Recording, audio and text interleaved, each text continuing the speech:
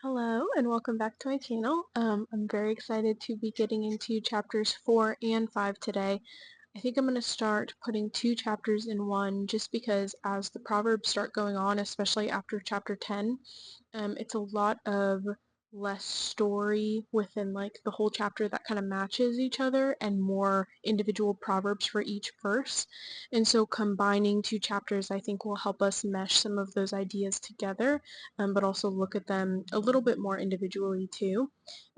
So we'll start in chapter 4, go into chapter 5.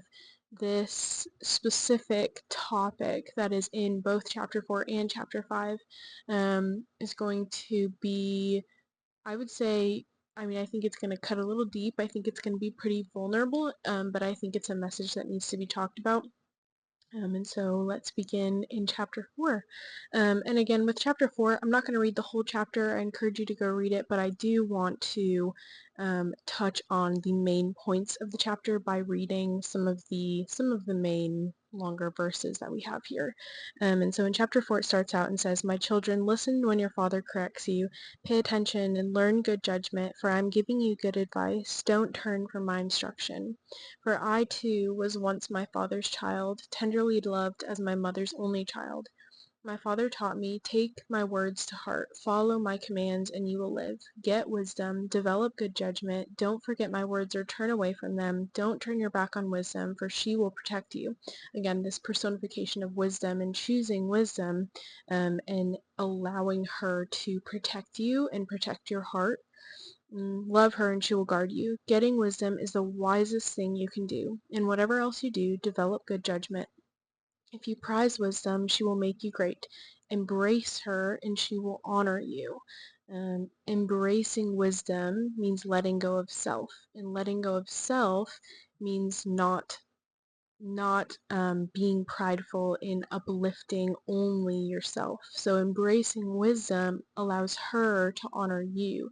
So this relationship that we have with wisdom is this dual relationship where when we take care of her, when we ask the Lord for her, she also takes care of us in our heart and helps protect our heart as well. "And she will place a lovely wreath on your head, and she will present you with a beautiful crown. My child, listen to me and do as I say, and you will have a long life. When you walk, you will not be held back. When you run, you won't stumble. Take hold of my instruction and don't let them go." He goes on and talks about from verse 14 to 17 in not doing what the wicked want you to do. And we saw that in chapter 1 with this idea of when we fear the Lord, the wicked are going to come and say, hey, we have all these things for you. And it's up to us in the way that we're protecting our heart. How are we going to decide how to respond to that? In chapter 12, or in verse 20, it says, "My child, listen to what I say. Listen carefully to my words. Don't lose sight of them. Let them penetrate deep into your heart, for they bring life to those who find them and healing to their whole body." And so again, this idea of wisdom and the protection of your heart, it brings life when you find her, and it also brings healing to your whole body, not just your mind and not just your heart, but your being and how you live your life. This wisdom is not just a friend that you have that'll protect your heart.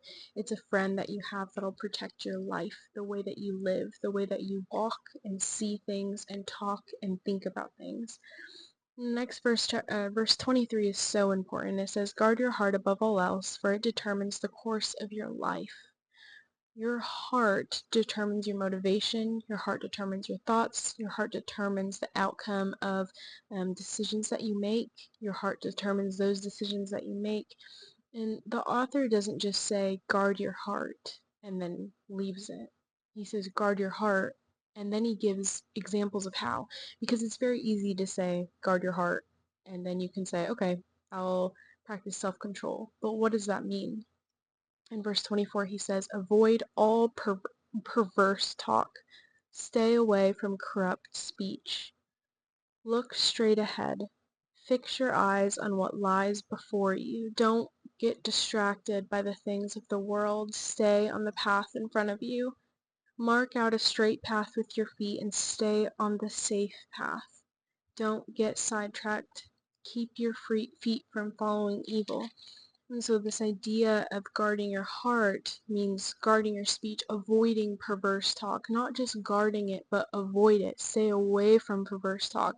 And it's not just the way that you talk, it's the way that others talk too. How are the people around you talking, and how much is that affecting your own speech and your own thoughts and your own mind? Stay away from corrupt speech. Look straight ahead. Fix your eyes on what lies before you. The Lord has called you to a path, and how is your heart motivating you on the path, or how is it motivating you off the path? And we need to be observant of those things. And as we move into chapter 5, Chapter 5 is all about this idea of lust and how it affects our life, and how it affects both man and woman. I think a lot of times when we read chapters on lust in Proverbs, we just focus on the man and we focus on the ways in which he can confront his lust and he can turn away from it. But we never talk about the woman. We never talk about the woman battling lust, but we also never talk about the woman who uses flattery for her own good. And so that's what we're going to get into with chapter 5. It begins and it says, "My son, pay attention to my wisdom, listen carefully to my wise counsel, then you will show discernment, and your lips will express what you've learned. For the lips of an immoral woman are sweet as honey, and her mouth is smoother than oil, but in the end she is bitter as poison, as dangerous as a double-edged sword. Her feet go down to death, her steps lead straight to the grave, for she cares nothing about the path to life. She staggers down a crooked trail and doesn't realize it." And so this idea of men avoiding this immoral woman who her words are as sweet as honey, and then her mouth and the way that she talks is not of the word, the Bible. Um, Her words may seem sweet and her words may be smooth, but in the end she's as bitter as poison, and dangerous as a double-edged sword. And so not only does a man need to stay away from a woman whose words do not come from the word, but a woman should not be using her words that are not from the word. So this message is not just for men. This message is also for women not to use their words to draw men into a path of lust. If you are abiding by what the word says, if you call yourself a Christian, you need to value purity, and you need to value what that means biblically. And so how are you confronting your lust? And how are you confronting your ability to make men lust? Um, that just needs to be a question that's asked. But also for the woman that's struggling with lust, how are you confronting the man who is offering himself up to you in a lustful way? So it goes both ways. It's not just one way that the man is always lusting after the woman and the woman is always the one who is making the man lust. It absolutely goes both ways, and we need to acknowledge that.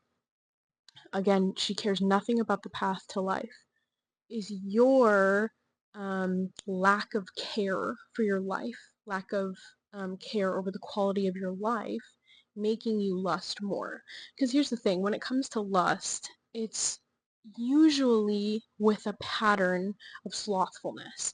And so it may start off with, in the morning you wake up to your alarm and you just start scrolling on TikTok or Instagram Reels or whatever that looks like for you, and you say, okay, it's 8:05, I'll scroll till 8:10, and then it goes till 8:15 and 8:20 and 8:30 or whatever that looks like. And then you wake up in a pattern of, okay, well, let me just continue to do this, and then you wake up and then you're like, well, eating patterns during the day, slothful eating patterns, whatever that looks like for you. I won't eat breakfast, I'll just snack during the day, or I'll just do this and this and this in an unhealthy way. And then it comes to the evening and you're like, okay, I have some time. I could get into the Word, but I'm actually just going to scroll, or I'm just going to read something that I shouldn't be reading, or whatever that looks like for you in a slothful way. And then in the evening, you're like, well, I've already failed for the day, so it's not going to matter if I fail again. We need to confront that head on, because if you're not caring for yourself on the path for your life, you're not going to care about the ways that you sin. You're not going to care about the ways that you are pulling yourself from the intimacy of God. the intimacy of God. You're not going to care about that.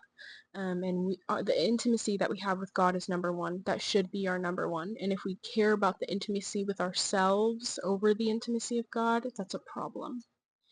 Chapter 5 goes on to say, "So now, my sons, listen to me. Never stray from what I'm about to say. Stay away from her. Don't go near the door of her house. If you do, you will lose honor.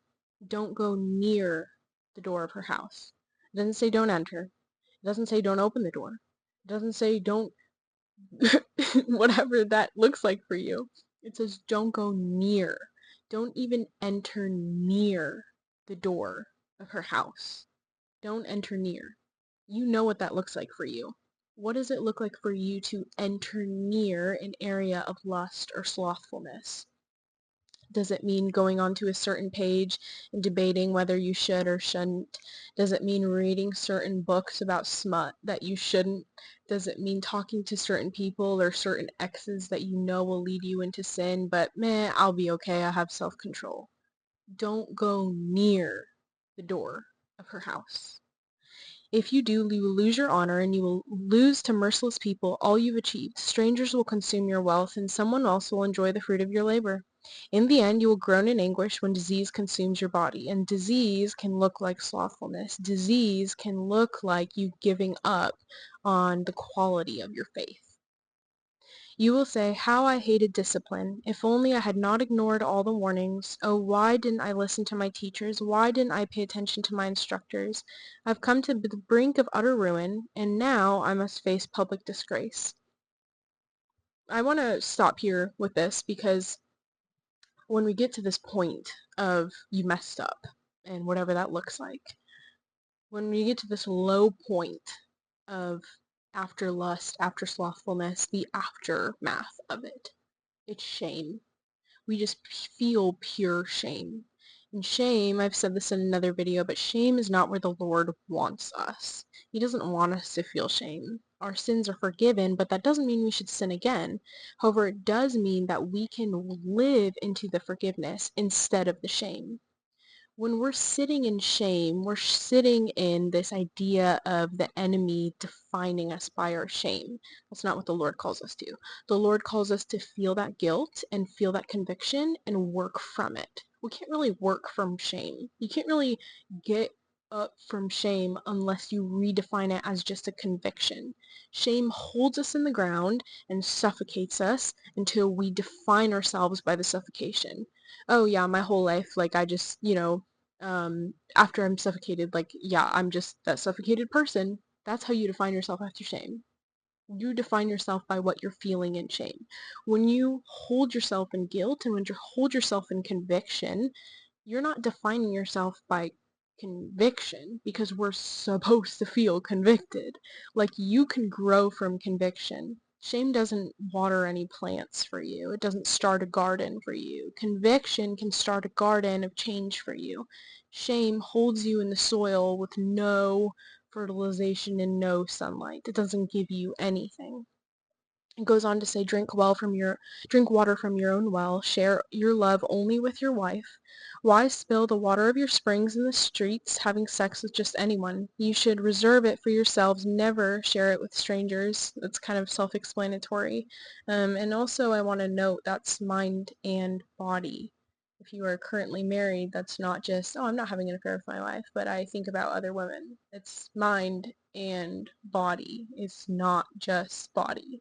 The way that your mind fantasizes about different people in your life is just as hurtful to your soul as you doing it with your body. Let your wife be a fountain of blessing for you. Rejoice in the wife of your youth. She is a loving deer and a graceful roe. Why be captivated, my son, by immoral woman? For the Lord sees clearly what a man does, examining every path he takes, not just the path that your body takes, also the path that your mind takes. The Lord knows, and he wants you to step away from that lust, from that slothfulness. An evil man is held captive by his own sins. There are ropes that catch and hold him. He will die for lack of self-control. He will be lost because of his great foolishness. Your lack of self-control, and I say lust, but this can be any sin. Your lack of self-control is going to hold you back from what the Lord calls your greatest potential, what the Lord calls your mission, your calling. Your lack of self-control is going to affect the way that you view God. Because again, if your priority is intimacy with self, or intimacy with people on the internet in a sexual way, or if your priority is intimacy outside of marriage, your priorities in life are going to be wrong. Your priorities there are going to affect your intimacy with God. Intimacy with God has to be number one, because that shapes conviction.